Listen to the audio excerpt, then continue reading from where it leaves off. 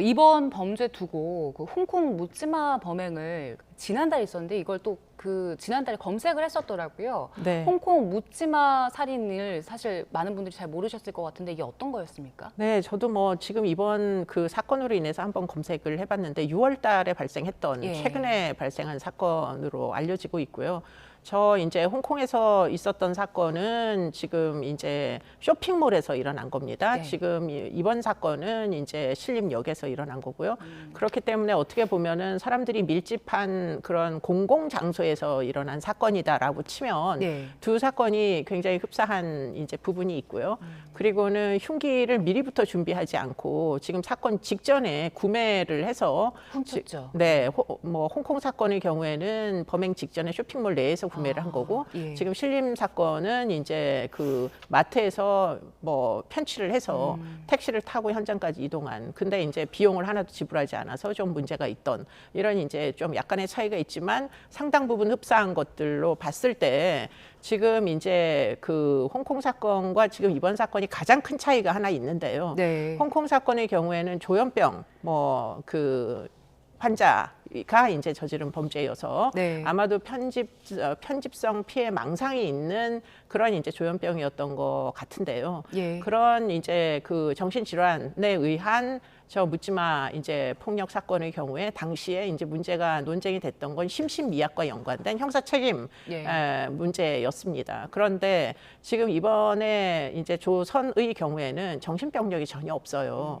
그런데 그럼에도 불구하고 지금 홍콩 사건을 참조하면서 본인이 사전에 미리 정신질환과 연관된 정보들을 다 검색을 했다는 점, 마치 이제 정신질환이 없었음에도 불구하고 지금 우울증을 현재 주장하고 있는 걸로 보입니다. 그런 것들이 형사 책임의 조각 사유가 될 수 있다는 점을 홍콩 사건에서 좀 이렇게 습득을 한 게 아닌가 이런 생각이 들죠. 네, 경찰 조사에서 나온 걸로 그 조선이 검색했던 키워드가 병원 강제 입원, 정신병원 탈출, 뭐 정신병원 입원 비용 이런 키워드들이 있었는데 네. 그러면 이런 검색 결과를 봤을 때 홍콩 범죄를 좀 모방하려고 했다고 볼 수 있는 겁니까? 상당히 흡사하게 이제 모방을 한 대목들이 있고요. 근데 이제 조선 같은 경우에 지금 이 사건을 벌이기 전에 주변 그 지인들에게 내가 이번에 또 좀 뭐 일정 기간 동안 못 만나게 될 텐데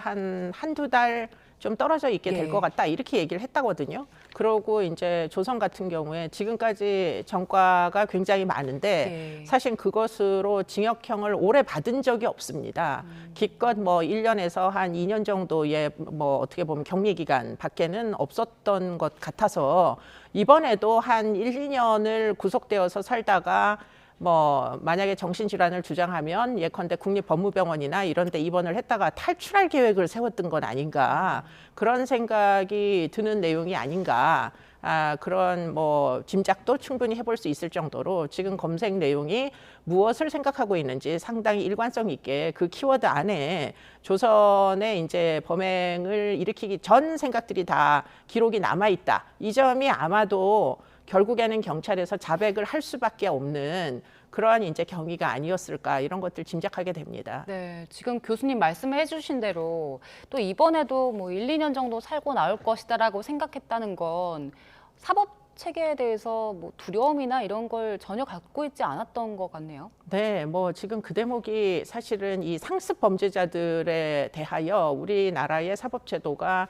이제 제일 크게 고민해야 될 지점이다. 처벌을 두려워하지 않는 범죄자들이 탄생하기 시작했다는 거고요. 그런 연유에는 아주 어릴 때부터 이 사람 소년 사법제도를 거쳤는데 14번이라는 이제 소년 보호 처분을 받고도 뭐 전혀 갱생되지 않은 채 사실은 소년 보호 처분은 처분의 이제 그 자유를 박탈하는 기간이 굉장히 짧습니다. 들락날락 계속 한 거죠. 소년범으로 14번 14번. 들어갔죠. 네. 소년원을 갔던 이제 그 적이 있다고 하는데 소년원을 가도 기껏해야 1년 한 2개월 정도밖에는 수용되어 있지 않다 보니까 아마도 이 사람은 처벌이라는 건 뭐 잠깐 살다 나오면 되는 거 아니냐 이런 식으로 굉장히 형벌을 경시하는 이런 태도를 보이면서 그게 아마도 범죄 행위를 반복하게 만드는 일종의 촉매 같은 역할을 한 거 아닌가 이런 생각이 들어서 형벌의 무력함 이제 시사하는 이런 징후다 이렇게 보이겠습니다. 예.